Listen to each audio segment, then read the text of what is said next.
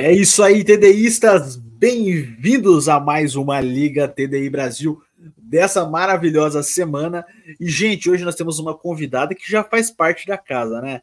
Olga Moreira, tudo bem, Olga? Bem-vinda. Fiquei sabendo que depois da 10ª vez tem que trazer lanche. É assim mesmo? É isso aí, amigo. Tudo bem com vocês? Tudo bom, seja bem-vinda. Obrigada, professor Célio. Imenso prazer estar aqui com vocês novamente. Prazer em revê-lo. E o Carlos também. Vamos estar nessa tarde, não é? Mais uma vez compartilhando as nossas ideias aqui do design inteligente. Perfeito. E o nosso comentarista master, hiper power, Célio João Pires. Tudo bem, Célião? Como é que o senhor está? Tudo bem, um dia bonito por aqui, finalmente, depois de tempestades e tudo mais que atrapalha a vida da gente, mas agora está tudo bem. Muito feliz aqui com um novo neto que chegou para usufruir a vida junto com a gente. Deixa o hashtag parabéns vovô Célio, tá? Parabéns, professor. Parabéns, Célião, pelo seu neto, pela sua família aí, tá bom? Obrigado, um prazer estar aqui com vocês, a gente curtindo mais esse momento aí juntos aí para aprendermos um pouco mais. Bem-vindo, Carlos, Olga, prazer estar com vocês, obrigado. Gente, antes de tudo, eu tenho um recadinho para vocês. Na verdade, eu não, mas dá uma olhada nesse trailer aqui que você vai entender. Presta atenção. Prepare-se para mergulhar em discussões fascinantes, lideradas por especialistas de renome mundial que desafiarão sua compreensão do mundo ao seu redor. Aproveite a oportunidade única de conectar-se com profissionais e pesquisadores de todo o mundo, compartilhando conhecimentos e experiências incríveis sobre sua origem e destino. De 28 a 30 de junho de 2024, no Auditório Rui Barbosa, Universidade Mackenzie, São Paulo, SP. Junte-se a nós ao explorarmos as últimas descobertas e debates sobre a teoria do design inteligente. No congresso, teremos dezenas de palestras de grandes especialistas, trazendo suas perspectivas únicas e provocativas sobre a origem e complexidade do universo e da vida. Palestrantes confirmados: Marcos Eberle, Adalto Lourenço, Rodrigo Silva, Juan Manuel Torres, João Paulo Reis, Tiago Melo e outros grandes cientistas do Brasil e do mundo. Juntos, exploraremos os mistérios do universo e da vida, buscando respostas para as grandes questões de nossa existência. Esperamos por você no 5º Congresso Brasileiro do Design Inteligente. Inscreva-se em www.tdibrasil.com. Junte-se a nós e faça parte desta jornada de grandes descobertas.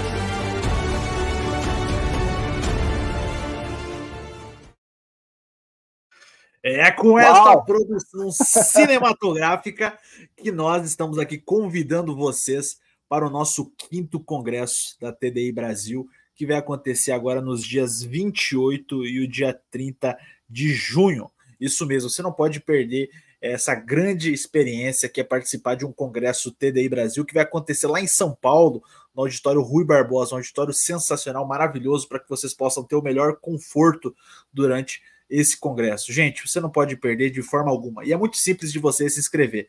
Basta você acessar o nosso site, né? Aquele site que vocês já estão acostumados, né? Que é www.tdibrasil.com.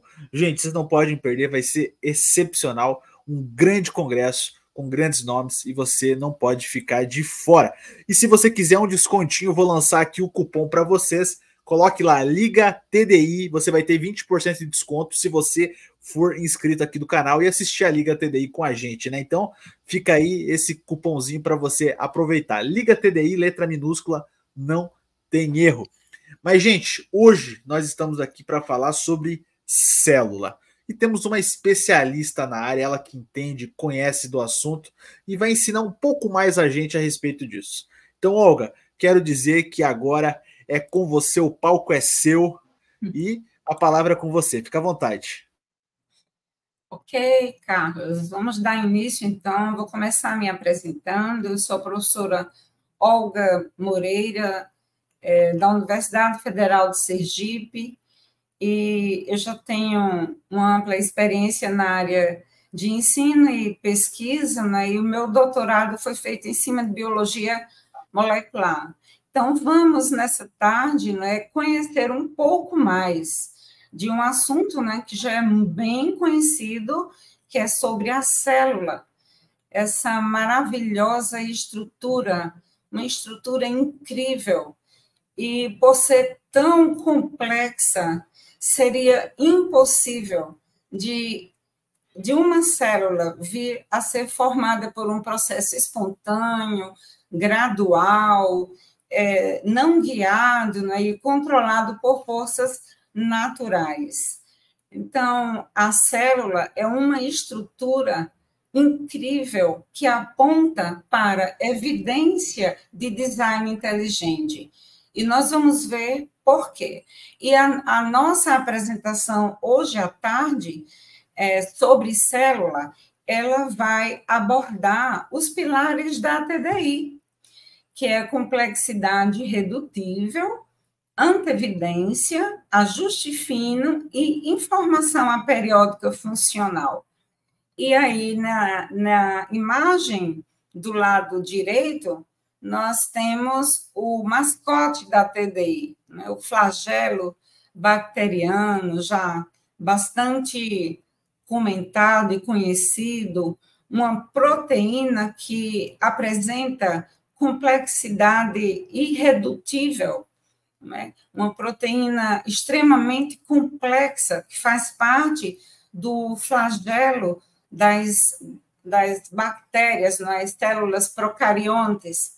A exemplo desta célula que está em verde, né? O flagelo seria essa parte da cauda que está em branco.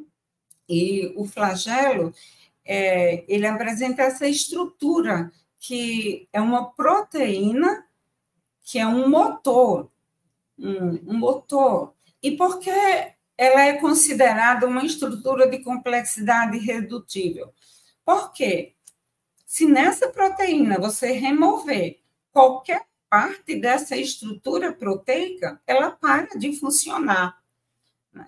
E também ela é um exemplo de complexidade especificada, né? Porque se trata de uma estrutura que apresenta características intrínsecas. Só o flagelo bacteriano apresenta uma estrutura complexa como essa. Então, é uma estrutura intrínseca e específica.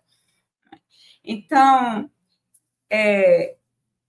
faz parte, não é, das células procariontes, mas na aula de hoje eu vou me deter sobre a célula eucarionte, que são as células que fazem parte da estrutura do nosso corpo. Então, no ano de 1591, foi descoberto o microscópio óptico. E a primeira vez que uma célula foi visualizada através desse sistema de microscopia, apresentava essa estrutura como está sendo mostrada nessa imagem à esquerda. Então, era visualizada uma membrana que tinha a função de delimitar essa estrutura, o citoplasma, que é o conteúdo entre a membrana e o núcleo, que é essa estrutura central. No ano de 1931, então, foi descoberto o primeiro microscópio eletrônico. E nesse ano, a célula ela já pôde ser visualizada de uma forma mais aprofundada, mostrando outras estruturas mais complexas. Já foi visualizado os nucléolos, né? Além do núcleo, algumas estruturas que os cientistas não sabiam exatamente qual era a função, mas já foram identificados os centríolos, que são responsáveis pela citocinese da célula, que é uma fase importante da divisão celular. E os avanços tecnológicos seguiram.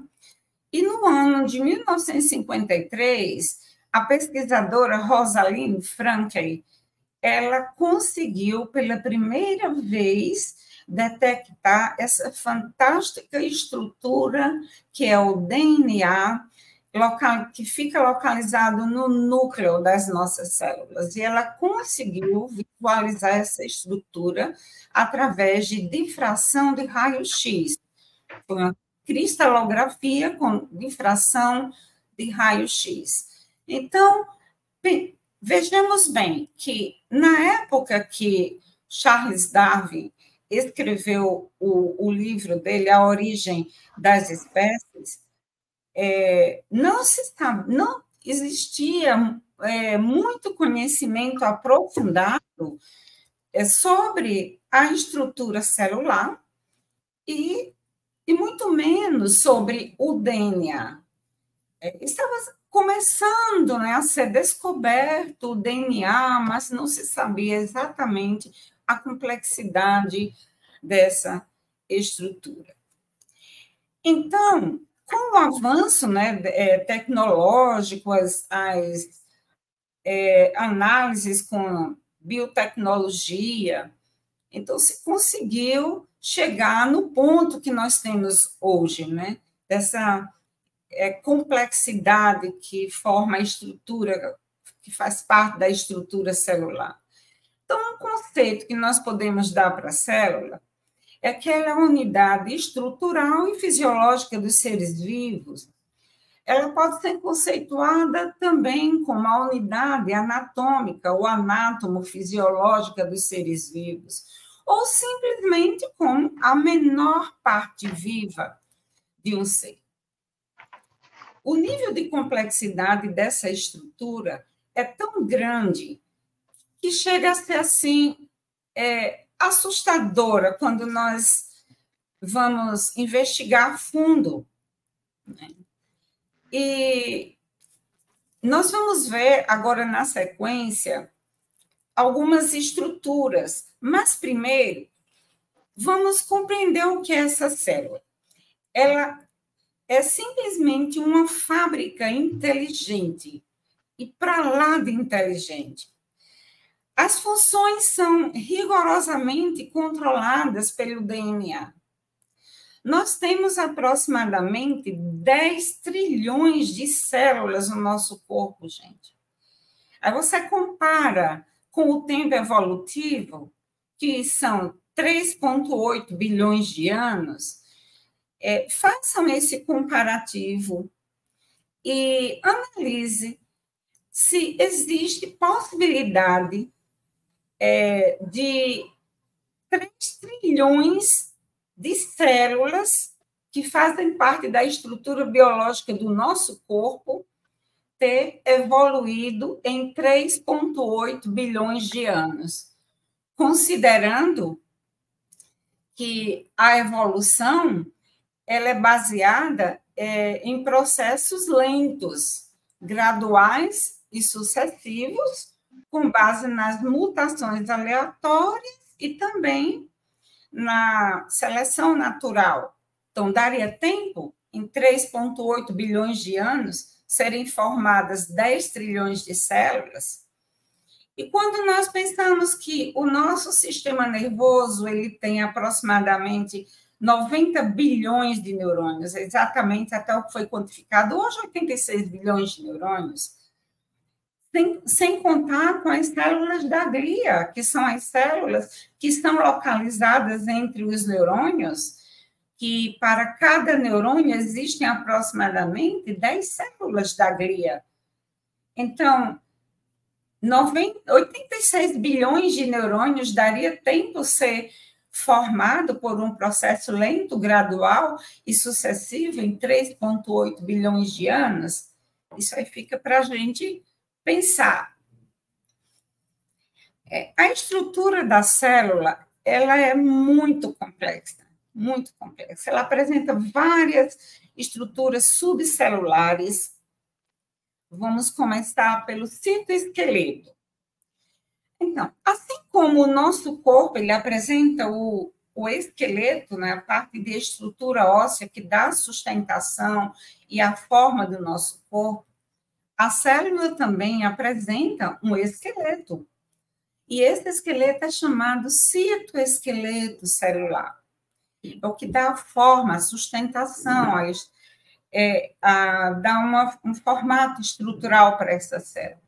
E esse citoesqueleto, ele é formado por alguns tipos proteicos, que são os microtúbulos, os microfilamentos de actina e os filamentos intermediários.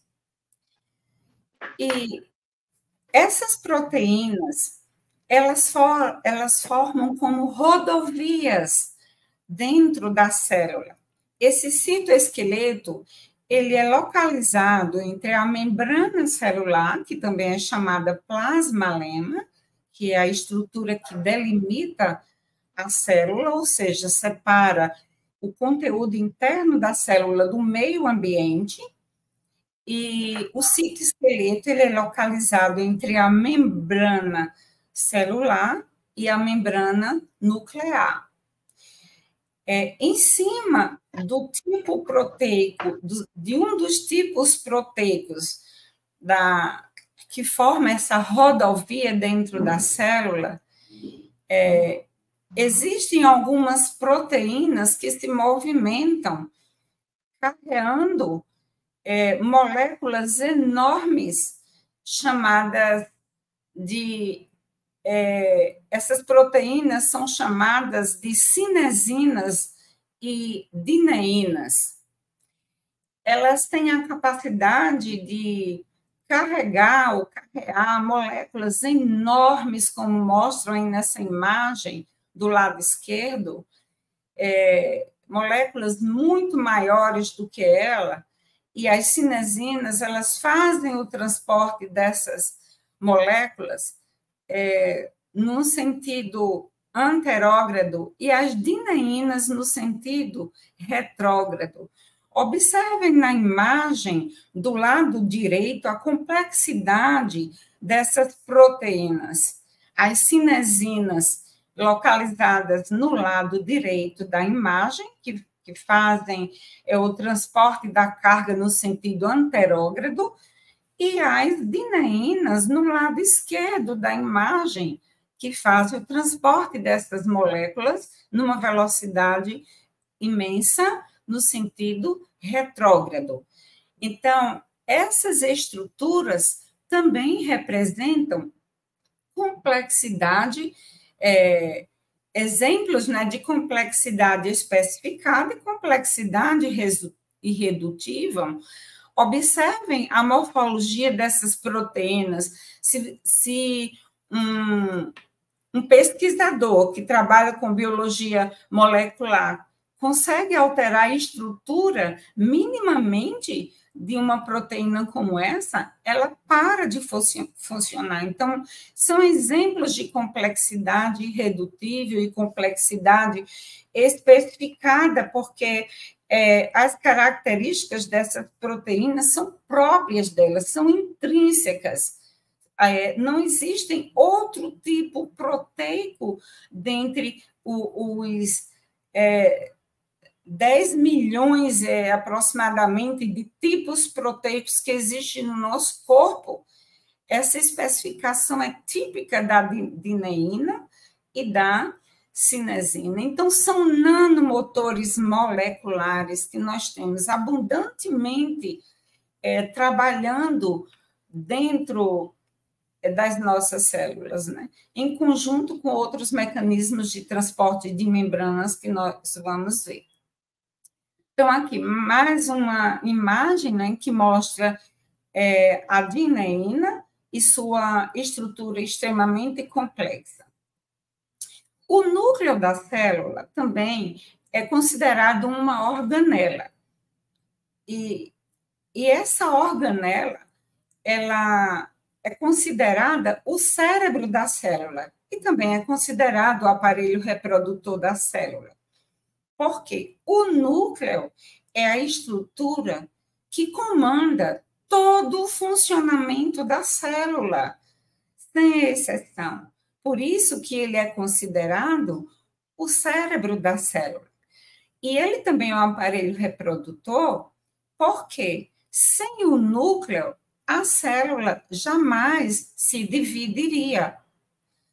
E essa divisão só acontece devido à replicação do material genético, que é o DNA, que fica localizado no seu interior. O ácido desoxirribonucleico, que é o DNA, fica localizado no interior do núcleo. E o DNA, ele controla toda a síntese proteica de todos os tipos proteicos que existem no nosso organismo. E vocês pensem que sem proteínas nós não existiríamos.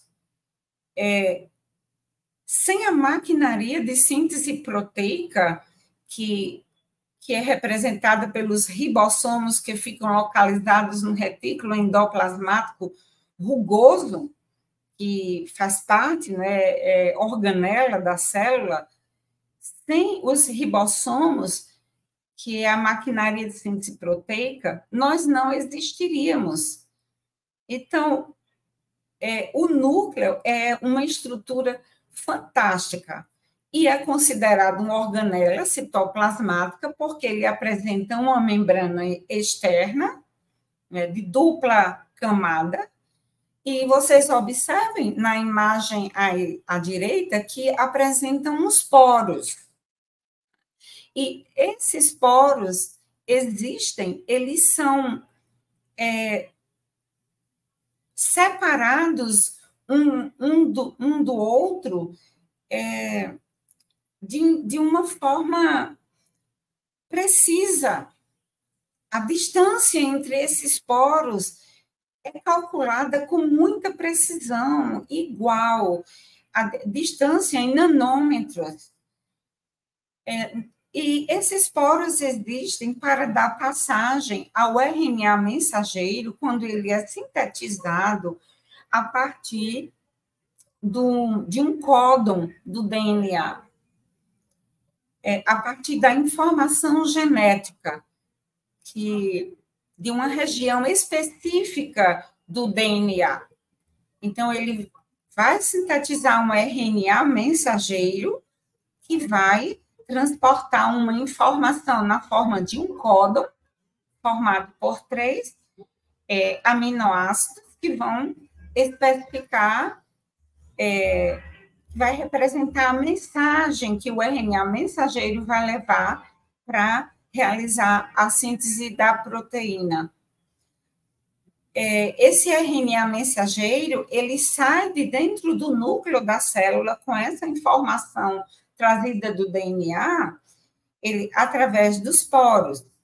Observem também, na imagem acima, que existe um conjunto de pequenos núcleos dentro do núcleo das células.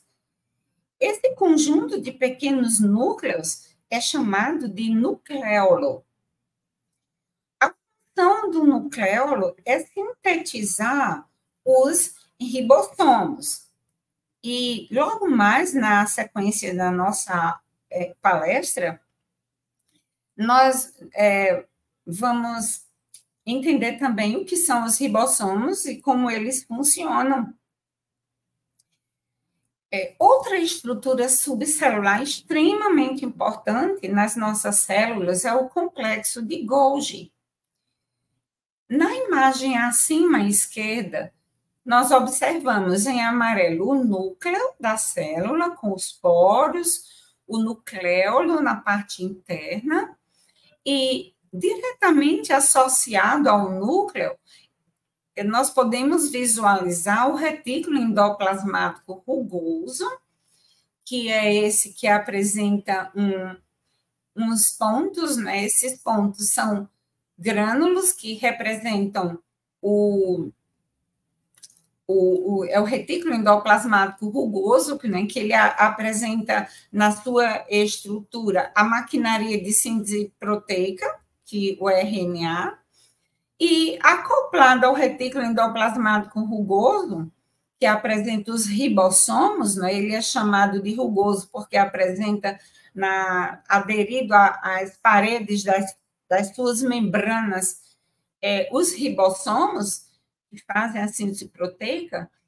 Em continuação a esse retículo endoplasmático rugoso, tem o retículo endoplasmático liso, cuja função é fazer a síntese dos lipídios, inclusive dos fosfolipídios, que fazem parte da estrutura lipoproteica da membrana celular, e não só da membrana celular, mas de toda organela subcelular, que são localizadas no citoplasma das nossas células. Então, esse retículo endoplasmático liso, ele faz a síntese dos fosfolipídios, que fazem parte de todas as membranas das estruturas subcelulares, tais como lisossomos, o próprio retículo endoplasmático liso e rugoso, o complexo de Golgi, as membranas que formam o núcleo, que delimitam o núcleo, e as membranas também que formam o complexo de Golgi, e assim sucessivamente. Então, o complexo de Golgi, ele é formado por um conjunto de sacos achatados, conforme mostra na imagem abaixo. Aproximadamente 4 a 8 sacos achatados formam o complexo de Golgi. Essas cisternas, elas ficam localizadas de uma forma contígua ao retículo endoplasmático liso. É tudo interconectado. E essas cisternas, elas são repletas de enzimas. E cada cisterna, ela é cheia de enzimas, lembrando que cada cisterna, ela tem um tipo de enzima diferente da outra. E essa estrutura, ela tem uma função, ela tem várias funções, né? As mais importantes são receber as proteínas que são sintetizadas no retículo endoplasmático rugoso, nos ribossomos. Então, essas proteínas são sintetizadas e são transportadas para essas cisternas que formam o complexo de Golgi. Então, o complexo de Golgi apresenta essas duas regiões, a face cis e a face trans. Essas proteínas que são sintetizadas no retículo endoplasmático rugoso, elas penetram no complexo de Golgi na face cis. E nessa região, essas proteínas sofrem algumas modificações e são transportadas para a face trans.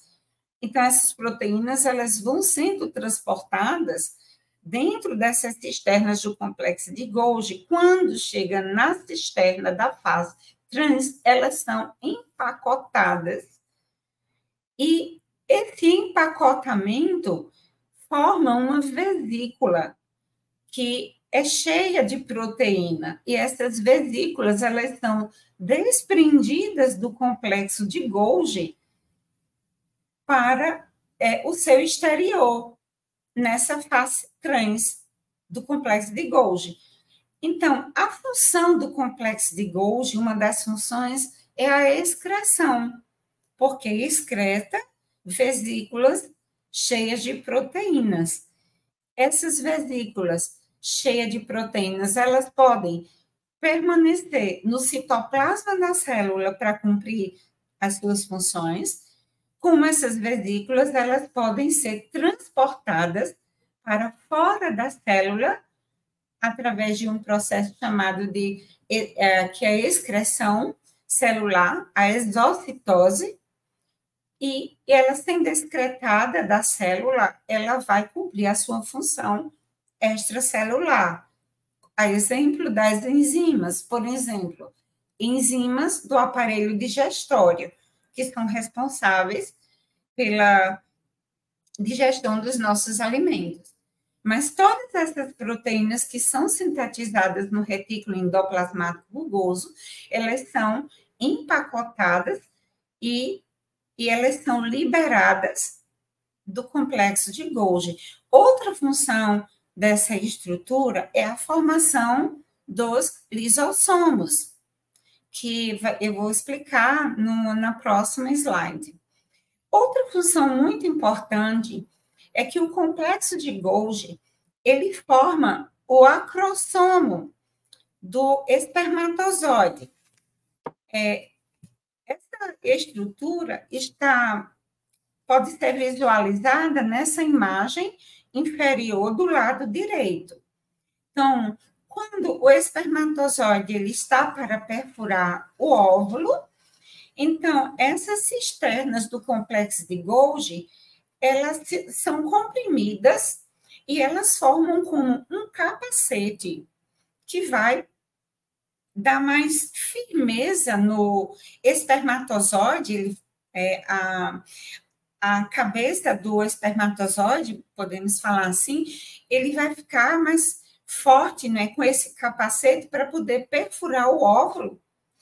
E nesse processo de perfuração, o material genético que está dentro dele não ser liberado para o meio, né, fora do espermatozoide, para o meio extracelular.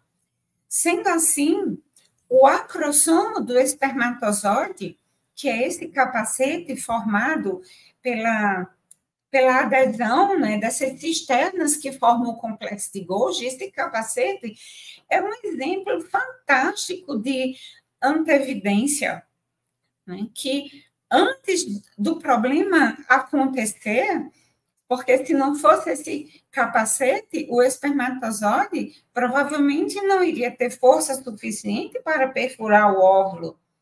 E em fazer essa força, ele poderia sofrer rupturas e o material genético iria escapar da sua estrutura. Então, exemplo fantástico, né, de antevidência previsto pelo nosso grande designer inteligente.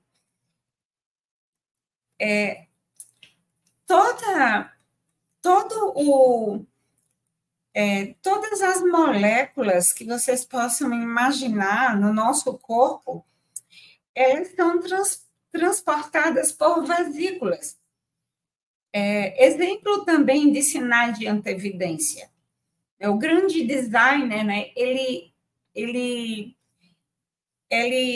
planejou, né, ele imaginou que as moléculas iriam precisar de vesículas para serem transportadas. Senão, essas moléculas sintetizadas, caso contrário, esse empacotamento não acontecesse, essas moléculas iriam ficar dispersas no sangue, elas iam ser diluídas no plasma sanguíneo, elas iam ser diluídas no sistema linfático, elas iam ser diluídas em outros meios líquidos que existem no nosso corpo.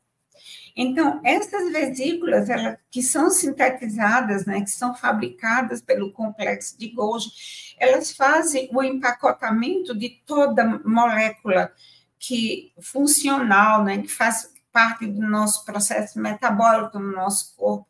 E essas vesículas, elas são consideradas organelas porque elas apresentam membrana com bicamada fosfolipídica, exemplo da membrana celular. Essas vesículas, elas são originadas tanto da própria membrana plasmática como do retículo endoplasmático liso, onde elas são fabricadas e depois elas são transferidas para o complexo de Golgi. Então, a estrutura, ela é única, forma um complexo núcleo, retículo endoplasmático rugoso, retículo endoplasmático liso e o complexo de Golgi. Então, nós temos basicamente 2 tipos de vesículas de transporte no nosso corpo. As que realizam o transporte dentro da célula, no interior do citosol, que é o citoplasma, e as vesículas que fazem transportes de substâncias entre as células.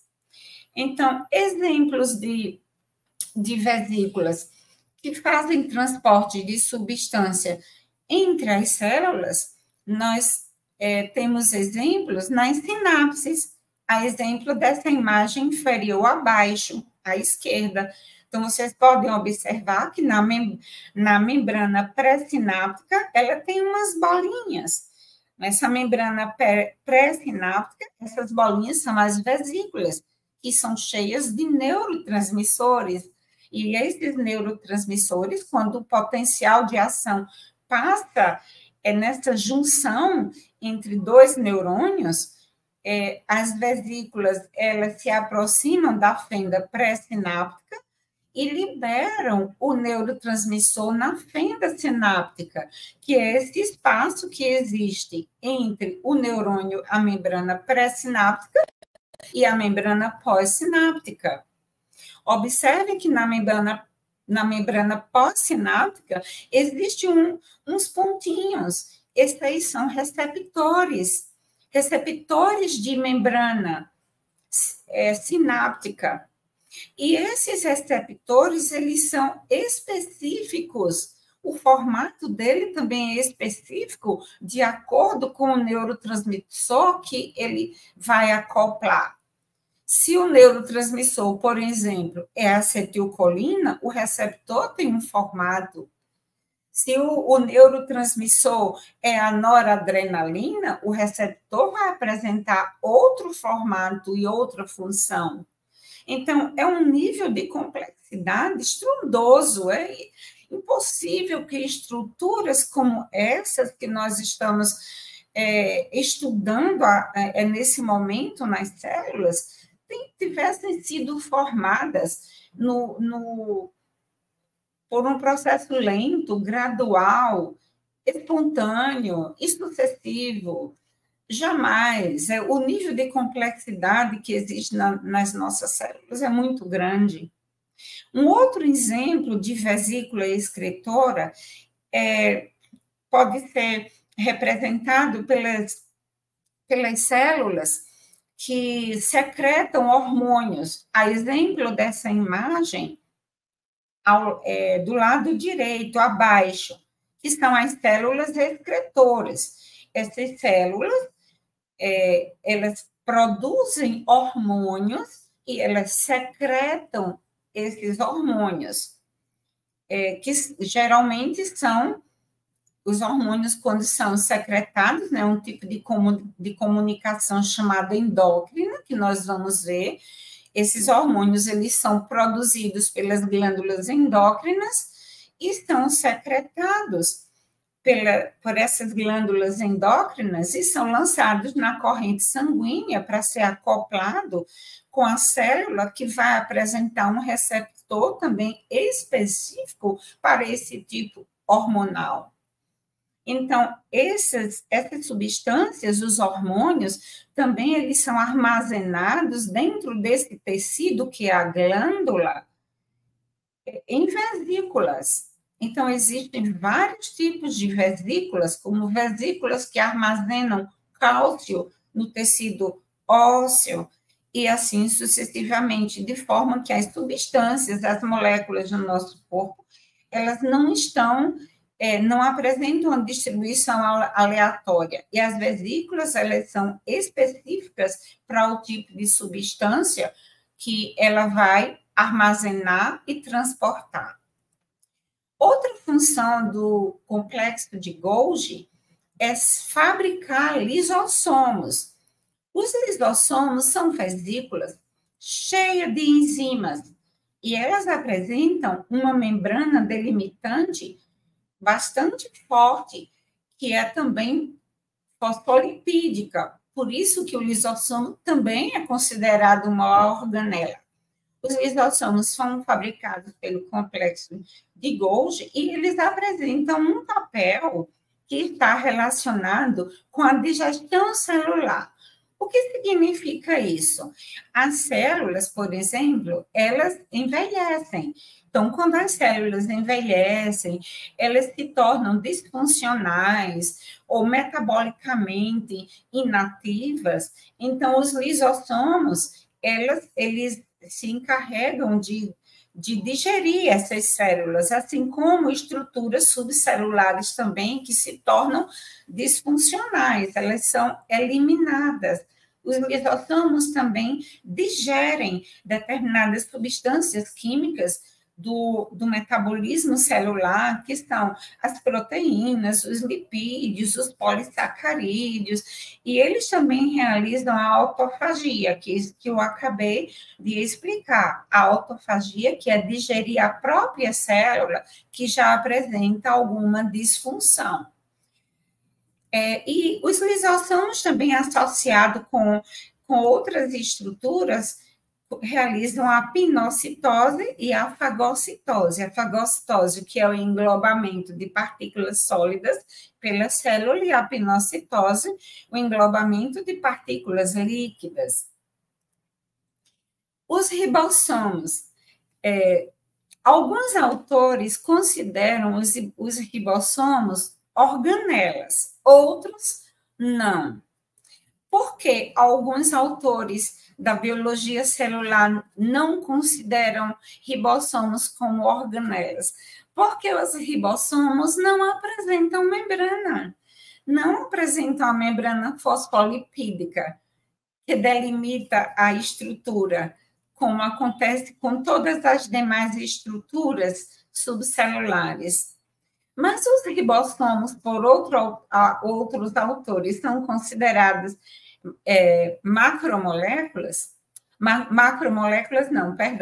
são considerados organelas devido à função que essa organela desempenha, que é exatamente sintetizar a proteína. É uma máquina fantástica, ela vai tricotando a proteína.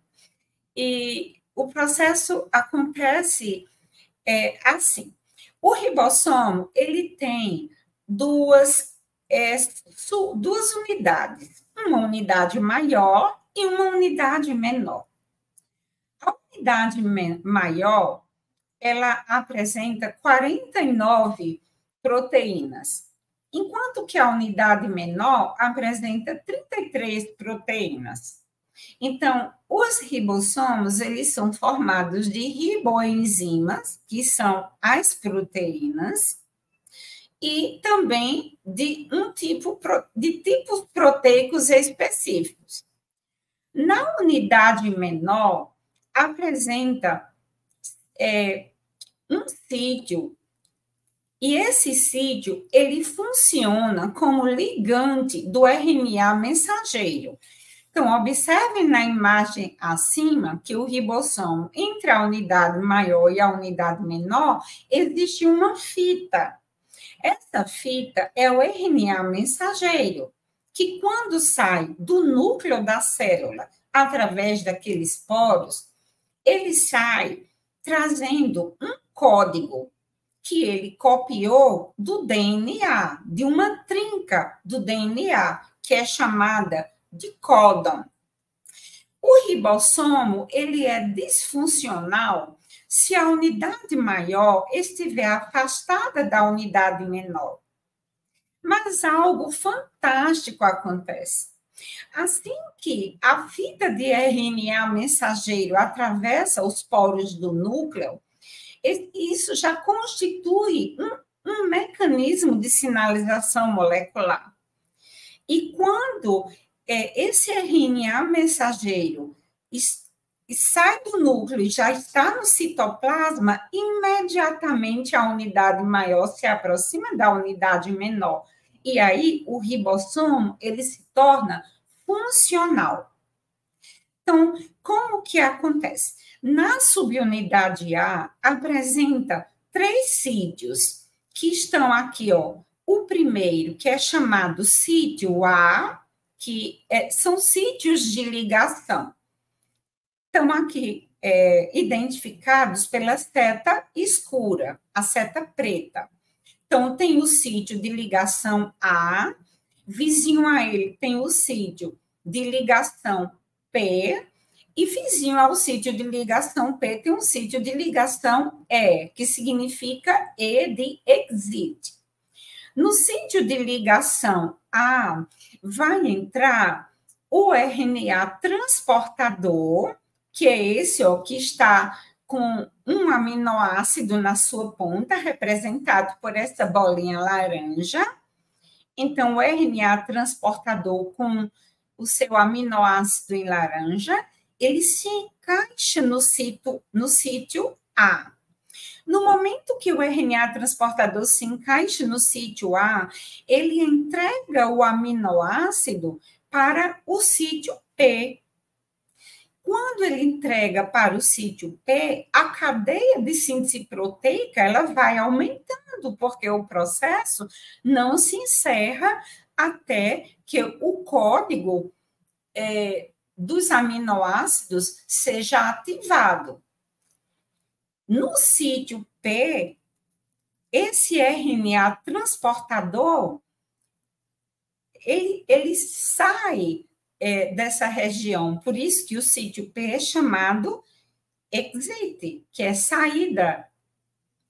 Então, revisando, o RNA transportador, ele traz um aminoácido conforme a informação recebida do RNA mensageiro, que vem uma trinca. Então, a informação na trinca atrai o RNA transportador com seu aminoácido na ponta. Entra no sítio A, esse RNA-T libera o aminoácido para o sítio P, quando ele entrega, já cumpriu a função. Então, ele vai sair através do sítio A.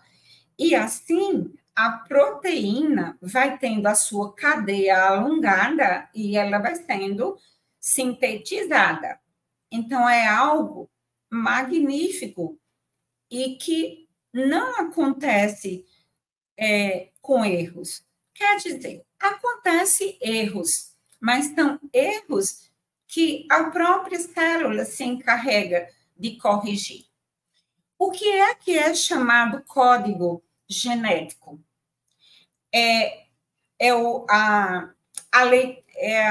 O conjunto de aminoácidos que existe no DNA, tipo adenina, guanina, citosina e uracila, ou adenina, guanina, citosina e timina, que existe no DNA? Não.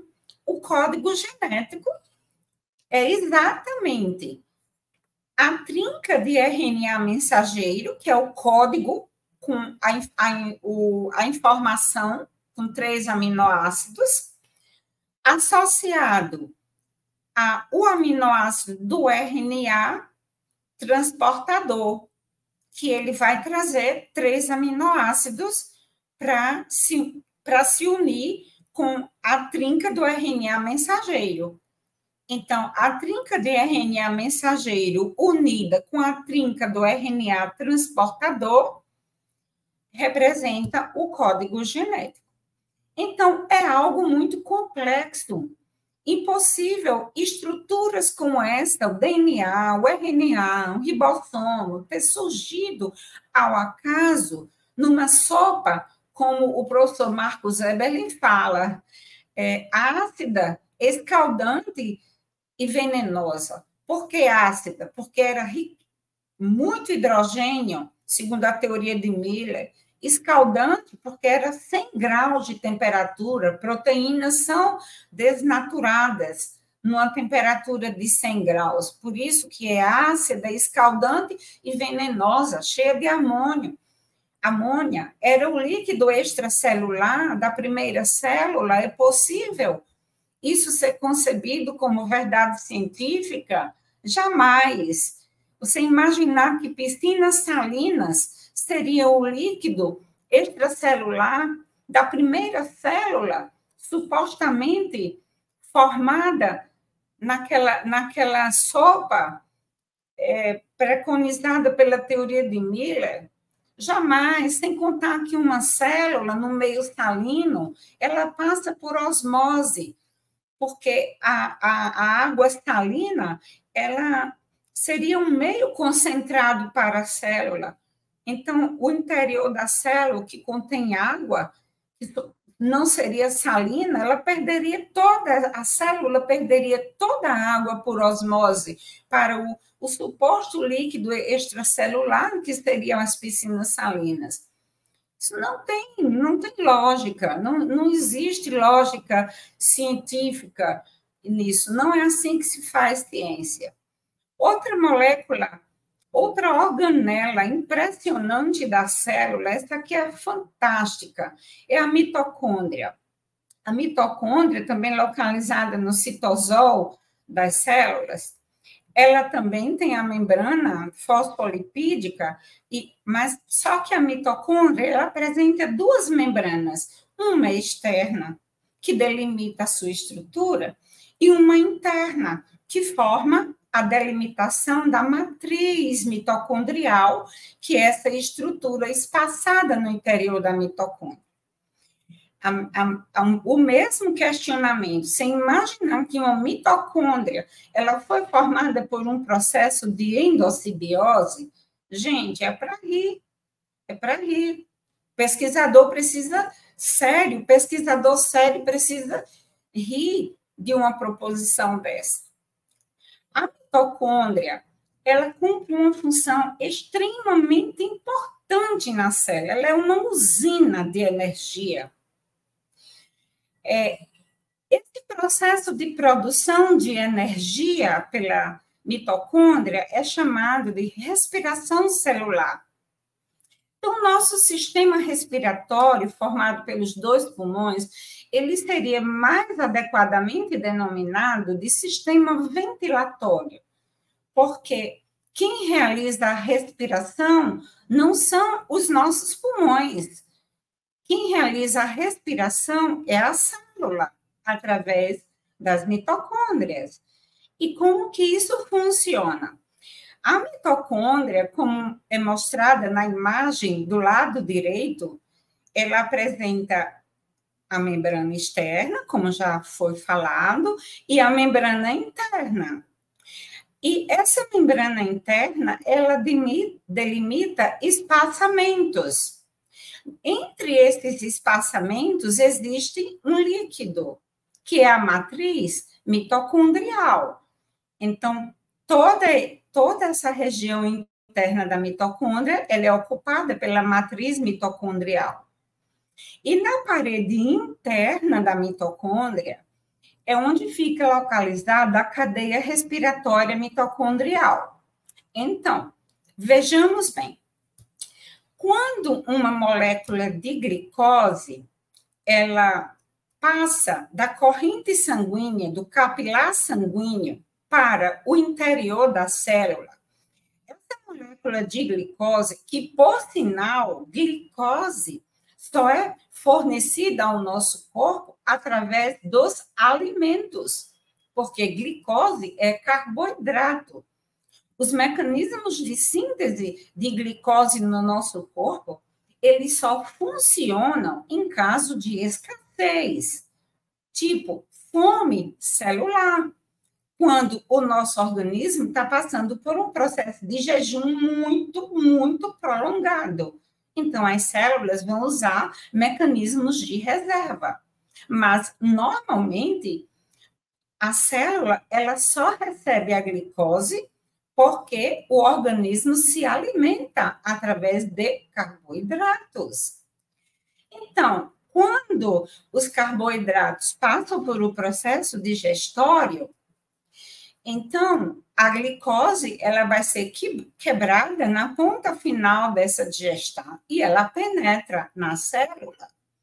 Quando essa glicose penetra na célula, ela vai chegar no citosol, que é o citoplasma, então ela vai ser quebrada. O subproduto desta quebra é o seguinte: a glicose é quebrada e vai produzir 2 piruvatos, 2 NADH mais H+, e 2 moléculas de ATP. Esse processo de glicólise que acontece no citoplasma da célula, ele acontece na ausência de oxigênio, portanto, é um processo anaeróbico. Essas moléculas que são produzidas, elas vão ser transferidas do citosol da célula para o interior da mitocôndria. E ela vai penetrar na matriz mitocondrial. Quando essas 2 moléculas de 2 piruvatos, 2 NADH mais H+, penetram na matriz mitocondrial, esse processo que acontece na matriz já passa a ser chamado do ciclo do ácido carboxílico. Por quê? Nessa matriz mitocondrial, nesse ciclo do ácido carboxílico, que envolve várias reações químicas chamadas de descarboxilação, essas reações químicas vão produzir 6 moléculas de CO2, que é produto do metabolismo. Então, esse subproduto do metabolismo vai ser liberado da mitocôndria e também vai ser liberado da célula e vai para o líquido extracelular para ser captado com a carbohemoglobina. E ele vai ser eliminado do nosso organismo através da ventilação pulmonar durante a fase da expiração.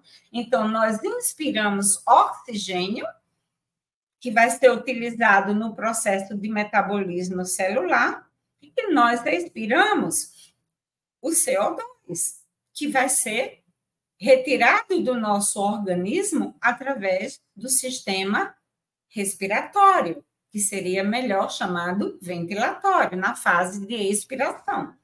O subproduto dessas reações químicas que acontecem na matriz mitocondrial, são 8 moléculas de NADH mais H+, 2 moléculas de FADH e 2 moléculas de ATP. Então, a produção energética da célula, a partir da glicólise, que envolve 10 reações químicas, é muito baixo.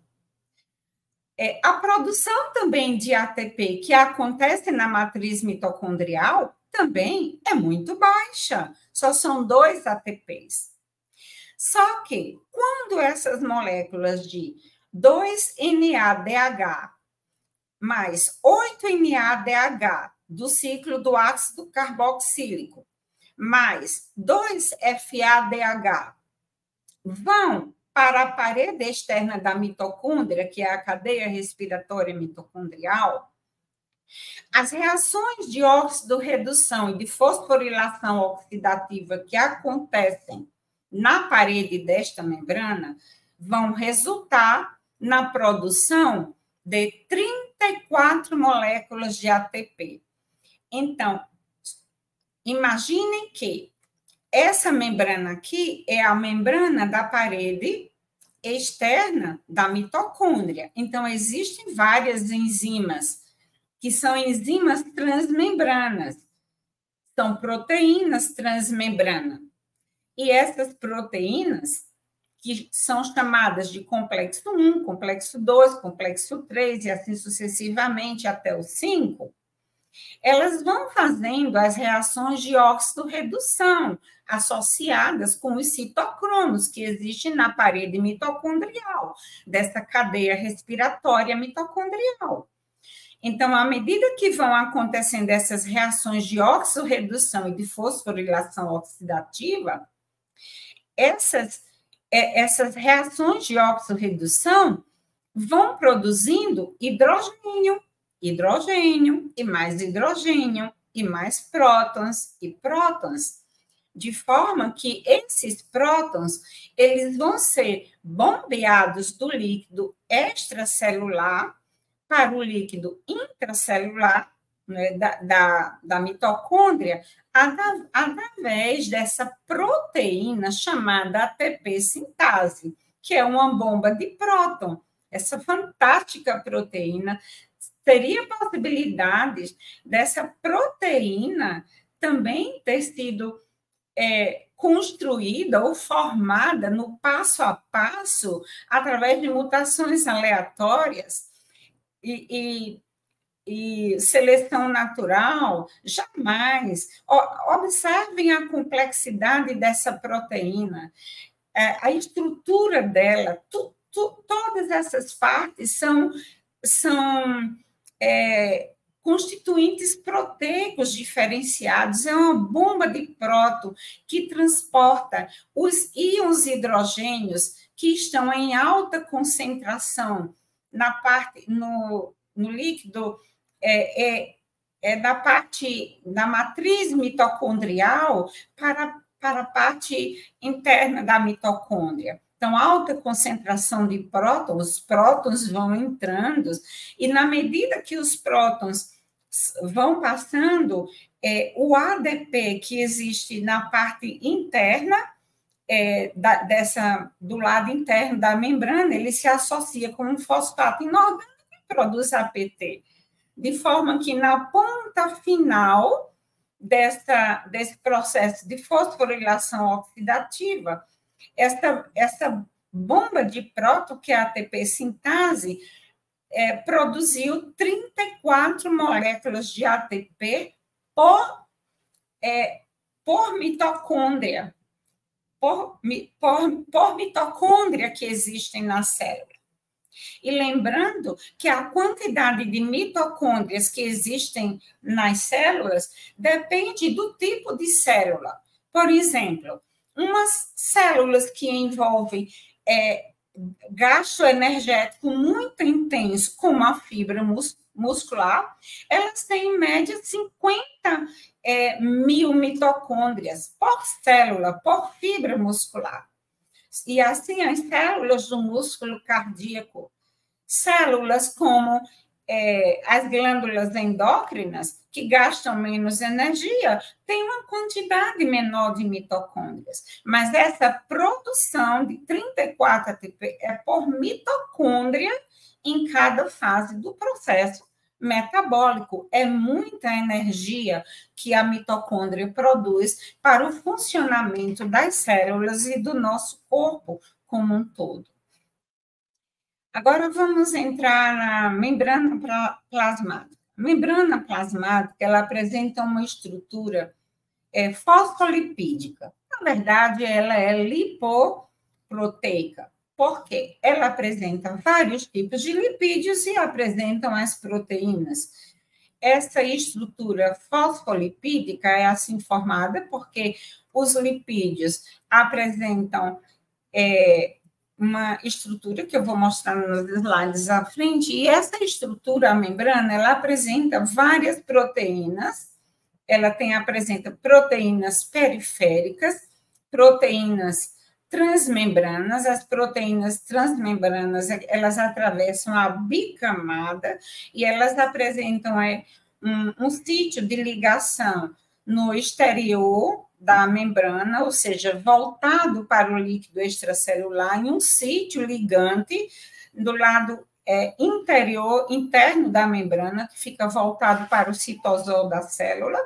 Aqui são proteínas transmembranas também, que são os canais iônicos, proteínas periféricas, e apresentam glicoproteínas, que são proteínas ligadas a carboidratos, e que tem a função de reconhecimento de outras células, e glicolipídios também.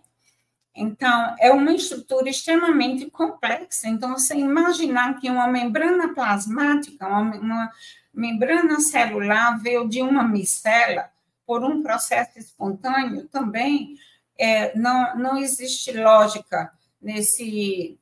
É uma ideia meramente filosófica, porque não faz nenhum sentido científico, não existe evidências científicas para uma afirmativa como esta.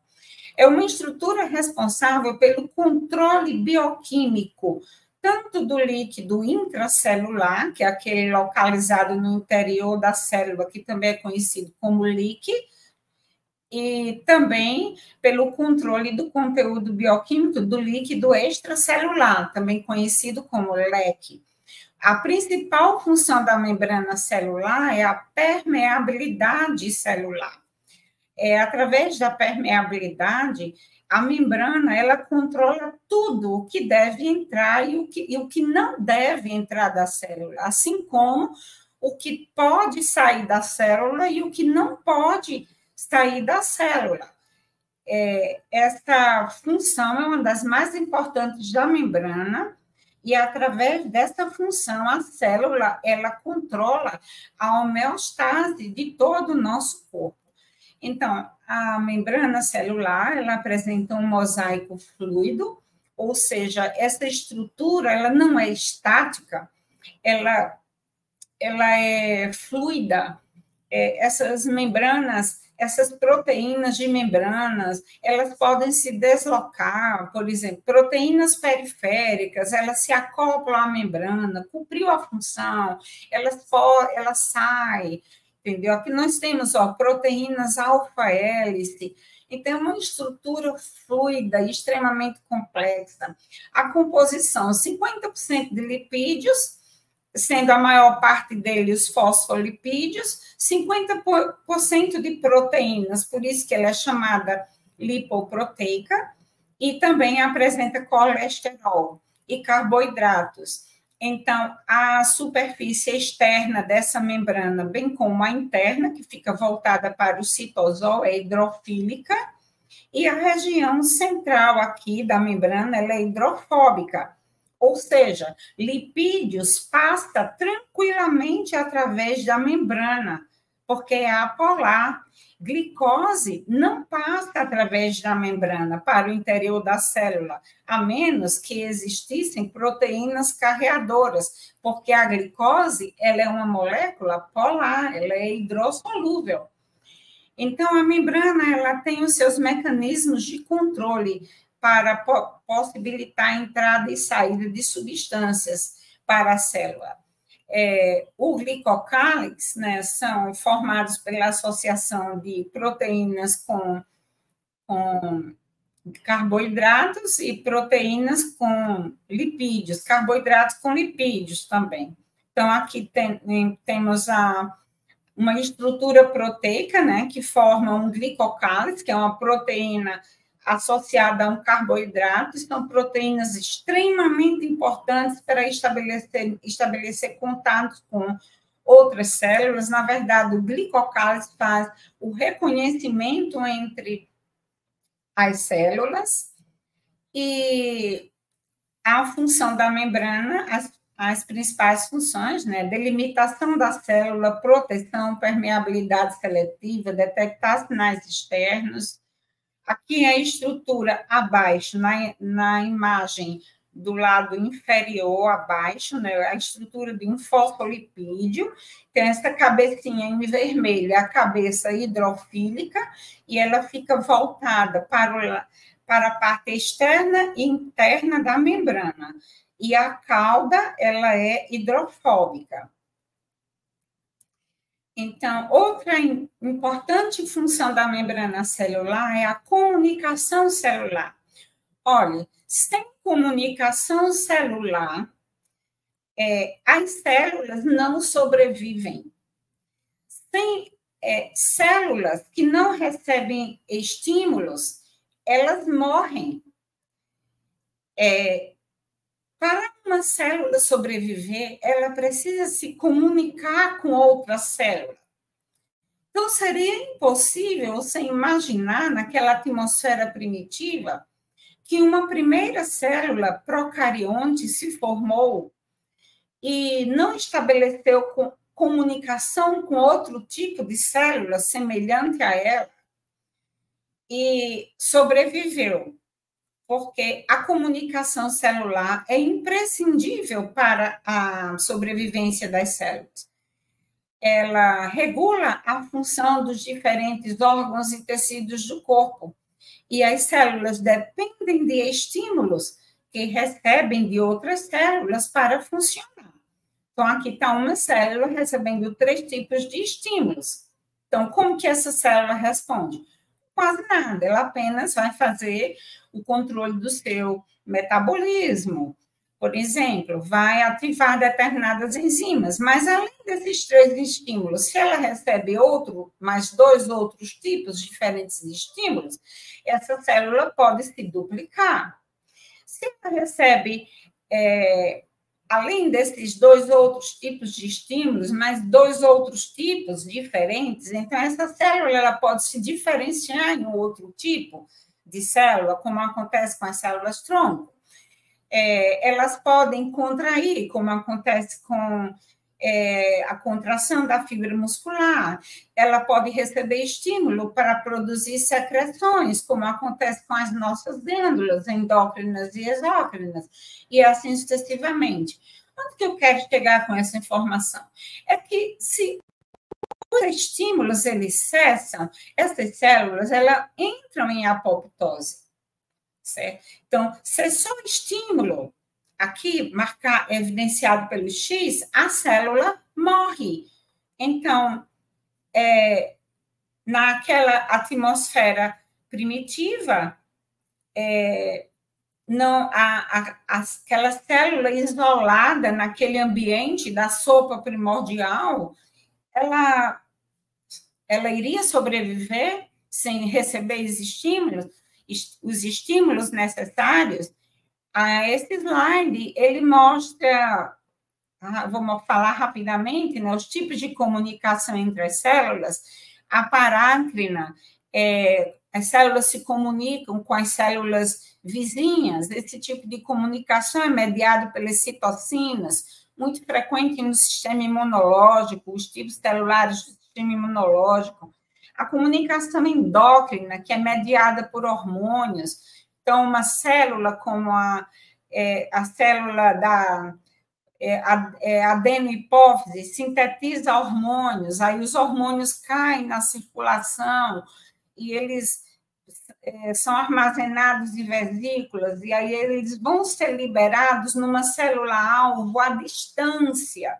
Por exemplo, no ovário, para cumprir a sua função. Lá no ovário vai ter o tipo de receptor específico para esse hormônio.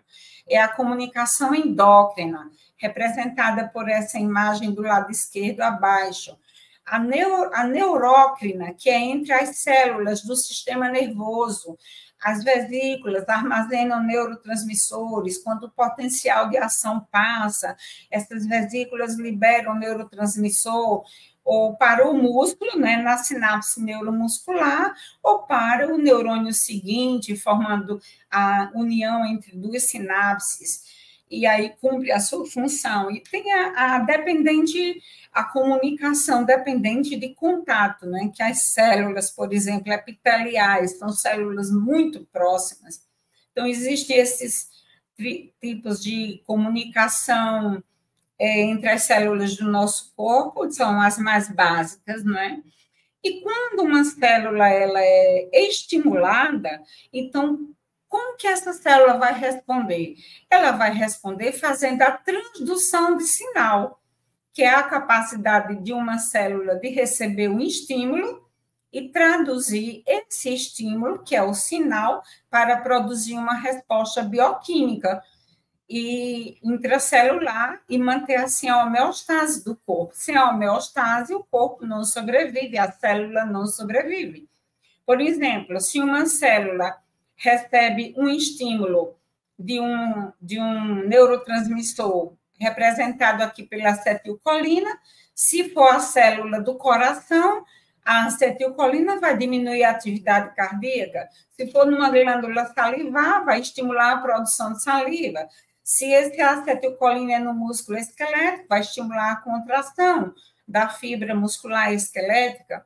Então, Então, seria possível todos esses mecanismos complexos acontecer nesse mundo pré-biótico, nessa sopa pré-biótica, nessa célula procarionte, isolada, sem nutrição, sem receber o oxigênio através do sistema ventilatório que existe no nosso corpo? Não, é óbvio que não. Tudo foi formado em um único momento, ou tudo funciona junto de uma forma interativa e intercoordenada, ou não funciona. Não tem como uma célula ter surgido no passo a passo. E para a gente finalizar, vou entrar agora um pouco na questão das proteínas da membrana celular, né, que são os agentes de comunicação entre o LIC e o LEC, lembrando que LIC, líquido intracelular, e LEC, líquido extracelular. Essas proteínas, elas são fantásticas. Elas são de vários tipos, tem canais iônicos, como essa na imagem do lado direito, né, que está aberta. São proteínas transmembrana. Aí existem canais iônicos, proteínas carreadoras, proteínas que estão chamadas receptores para neurotransmissores, proteínas que são receptores para hormônios, e assim sucessivamente. Os canais iônicos, eles são de 3 tipos: ligante dependente, voltagem dependente e regulado pela proteína G. O que é um canal iônico ligante dependente? Por exemplo, é um canal que ele só vai abrir se ele for ligado a uma molécula, e essa molécula é chamada molécula sinalizadora. Por exemplo, uma acetilcolina. Então, aqui a membrana celular. A membrana celular está precisando que passe, por exemplo, íon sódio. O íon sódio só vai passar na quantidade correta se essa molécula sinalizadora se ligar a esse canal iônico. Quando a acetilcolina liga na região do canal, no sítio, né, de ligação, então esse canal ele vai sofrer uma mudança conformacional e ele abre. E ele vai permanecer aberto durante o transporte. E finalizou o transporte, então ele fecha. Então, as características desses canais iônicos é que eles são abertos durante o transporte. E eles são específicos para o íon que ele vai transportar.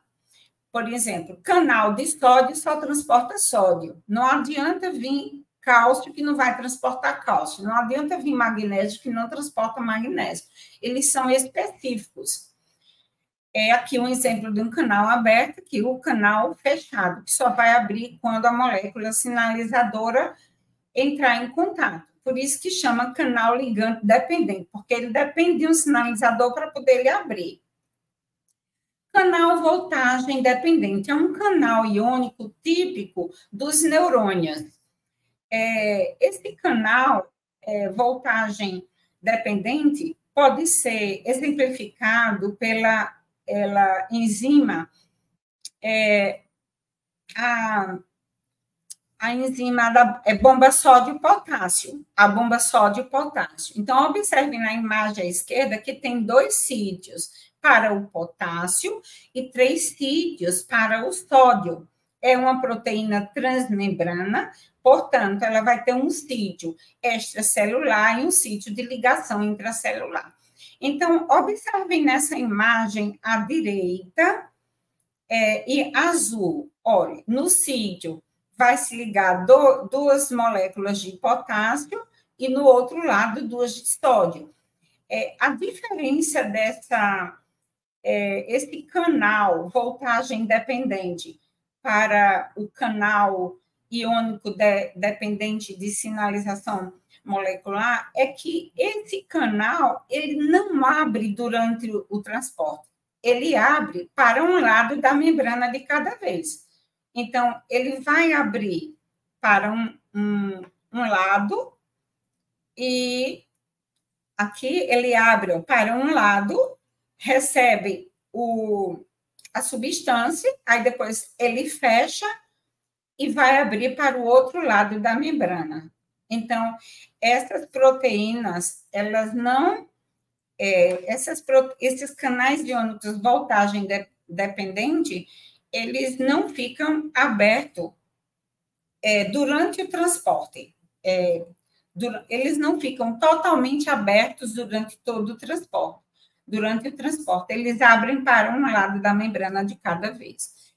Aí vem os canais iônicos que estão acoplados à proteína G. Aqui é outro exemplo de complexidade. A proteína G, ela é transmembrana também, e aí ela tem aqui um sítio de ligação, que é o primeiro mensageiro, que é o que vai ativar essa proteína. Quando esse ligante se associa, então sofre uma mudança conformacional no lado intracelular, e que vai transformar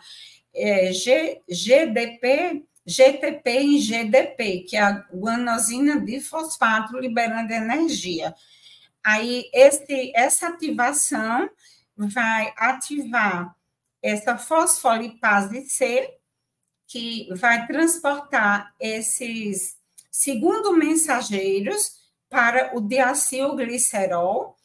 Esse segundo mensageiro, que é o IP3, que é o inositol 3-fosfato, ativa o retículo endoplasmático para liberar o cálcio. E esse outro mensageiro ativa o diacilglicerol, que vai provocar uma cascata de sinalização molecular na célula, que vai provocar ativar o mecanismo de aprendizagem e memória.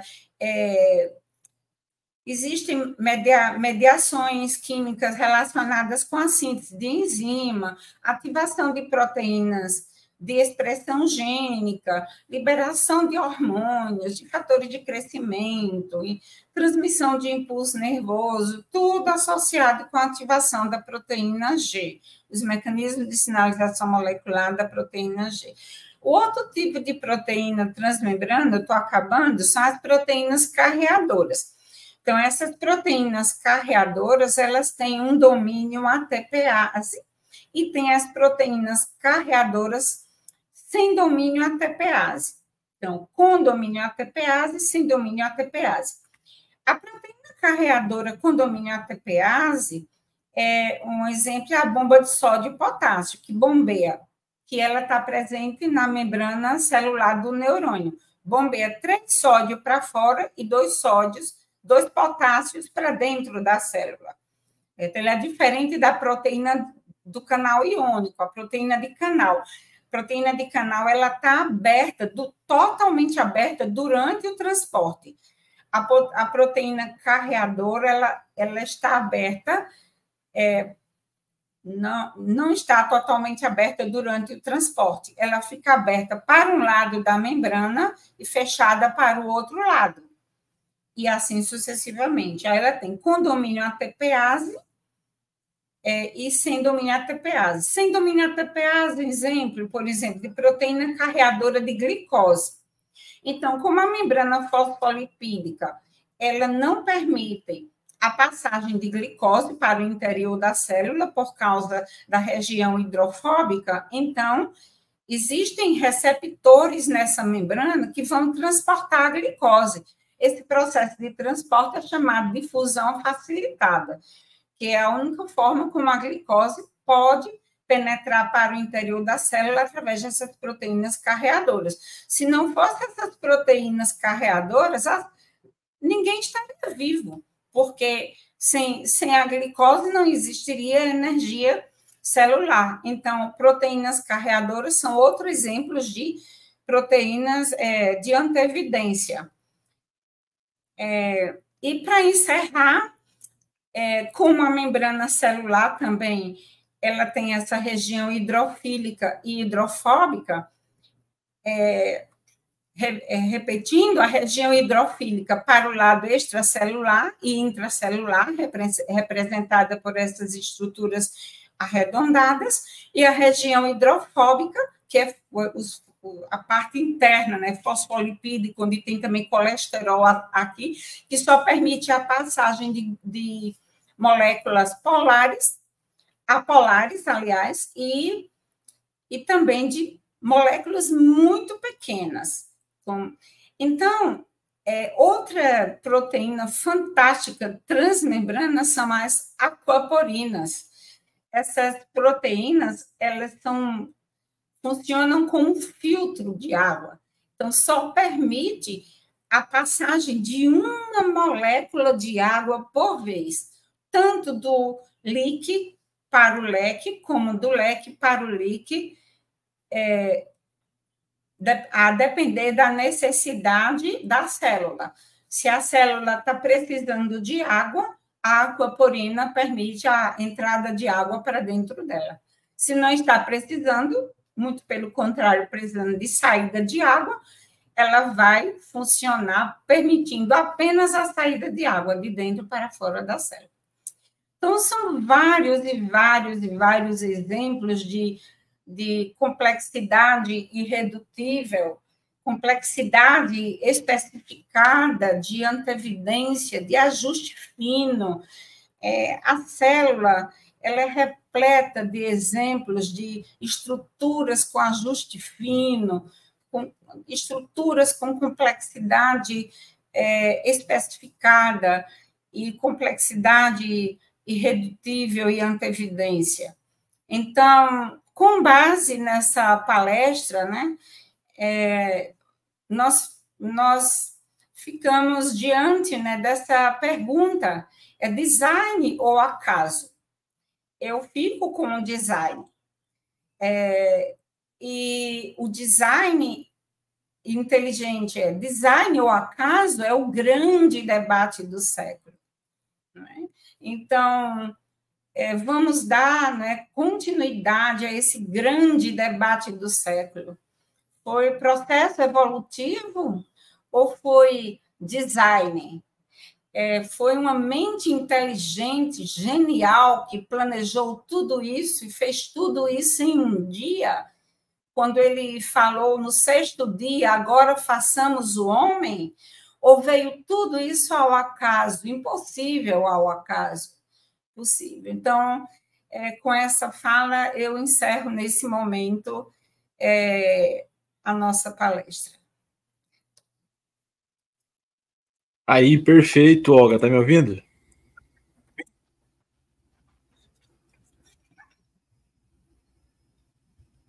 Eu fechei aqui o slide, Carlos. Perfeito, perfeito. Gente, sensacional. Celião, acho que tem que comentar alguma coisa. Foi completa, né? Foi completa demais. Eu até ia fazer alguns comentários, mas é uma aula de um semestre em 1h30. É verdade. Com certeza. Detalhes absurdos de organização celular, de comunicação, de processamento de informação. Enfim, não só a célula processa informação, mas o corpo todo processa informação. Somos uma máquina de processar informação. Informação sempre é produto de uma mente inteligente. Então, eu não tenho dúvida que o design é a explicação para a nossa existência. Acho que é isso que dá para a gente comentar. Tem a lista interminável. A fantástica aula, viu, Olga? Parabéns. Pode vir com outros e outros detalhes. Essas palestras técnicas são muito importantes para as pessoas compreenderem aquilo que a gente fala de o que é o design inteligente.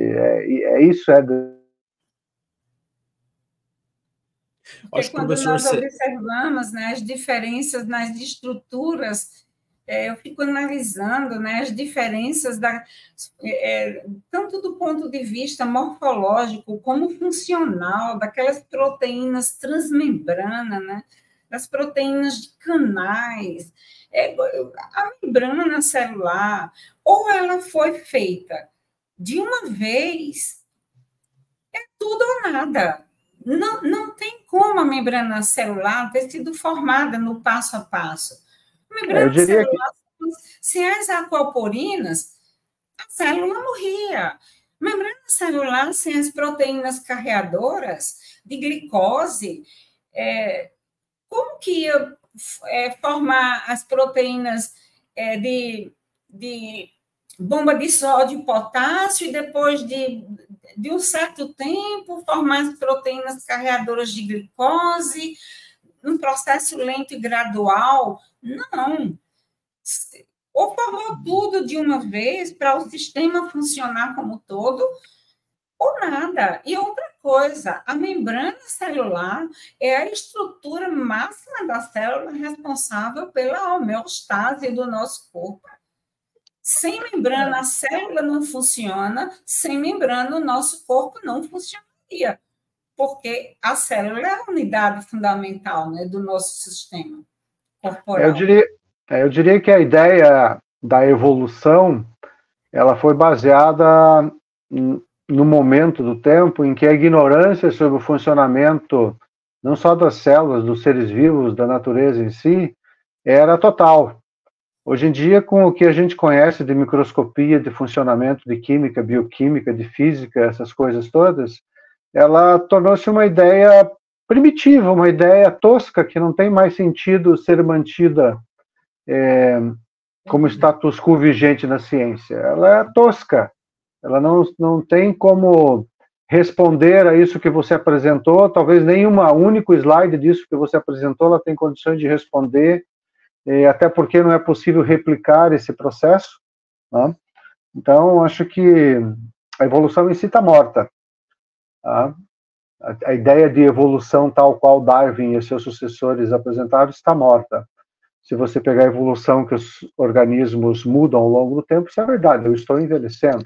Então, meu organismo está evoluindo para a morte, né? Ou evoluindo nesse caso. Verdade. Né? E a entropia, né? Acho que é isso, Carlos. Da termodinâmica. Perfeito. Gente, para não ficar muito longo esse vídeo, nós vamos encerrando por aqui, porque a gente sabe que vocês gostam de um vídeo mais curto, então a gente vai, digamos assim, deixar num tamanho que não fique tão longo para vocês. Mas, gente, se você gostou desse vídeo, não se esqueça de compartilhar para o máximo de pessoas, não se esqueça de curtir esse vídeo, tá? É muito importante quando você curte o vídeo, o YouTube vai recomendá-lo para mais pessoas, né? Então não esqueça de se inscrever no canal, né? Digamos assim, compartilhar, colocar o sininho ali, né? Em todas as vezes, senão eles mandam de vez em quando, se é que mandam, né? Algumas vezes eles nem mandam. Então faça isso, que é muito importante para que você consiga estar recebendo os nossos vídeos aqui do canal. Yoga, muito obrigado, a palestra foi sensacional, foi bem técnica, isso é importante. Para que a gente consiga trazer uma linguagem mais acadêmica para o YouTube, isso é de muita relevância, né? A gente sabe que os conteúdos são muito superficiais aqui no YouTube, e poder trazer uma palestra técnica mais formal, como uma aula, né? Você que é uma professora, isso é muito importante para que as pessoas tenham esse gostinho de universidade, gostinho de aprender na sala de aula. Então, eu acho que foi excelente nesse sentido. Olga, muito obrigado. Célio, muito obrigado pela sua participação e obrigado a vocês por ter participado até aqui. Não se esqueça de se inscrever no nosso 5º Congresso da TDI Brasil aqui em www.tdibrasil.com e colocar o nosso cupom LIGATDI e ganhar aí 20% de desconto, tá bom, pessoal? Muito obrigado a todos vocês e até a próxima Liga TDI Brasil. Valeu, pessoal! Prepare-se para mergulhar em discussões fascinantes, lideradas por especialistas de renome mundial, que desafiarão sua compreensão do mundo ao seu redor. Aproveite a oportunidade única de conectar-se com profissionais e pesquisadores de todo o mundo, compartilhando conhecimentos e experiências incríveis sobre sua origem e destino. De 28 a 30 de junho de 2024, no Auditório Rui Barbosa, Universidade Mackenzie, São Paulo, SP. Junte-se a nós ao explorarmos as últimas descobertas e debates sobre a teoria do design inteligente. No Congresso, teremos dezenas de palestras de grandes especialistas, trazendo suas perspectivas únicas e provocativas sobre a origem e complexidade do universo e da vida. Palestrantes confirmados: Marcos Eberle, Adalto Lourenço, Rodrigo Silva, Juan Manuel Torres, João Paulo Reis, Tiago Melo e outros grandes cientistas do Brasil e do mundo. Juntos, exploraremos os mistérios do universo e da vida, buscando respostas para as grandes questões de nossa existência. Esperamos por você no 5º Congresso Brasileiro do Design Inteligente. Inscreva-se em www.tdi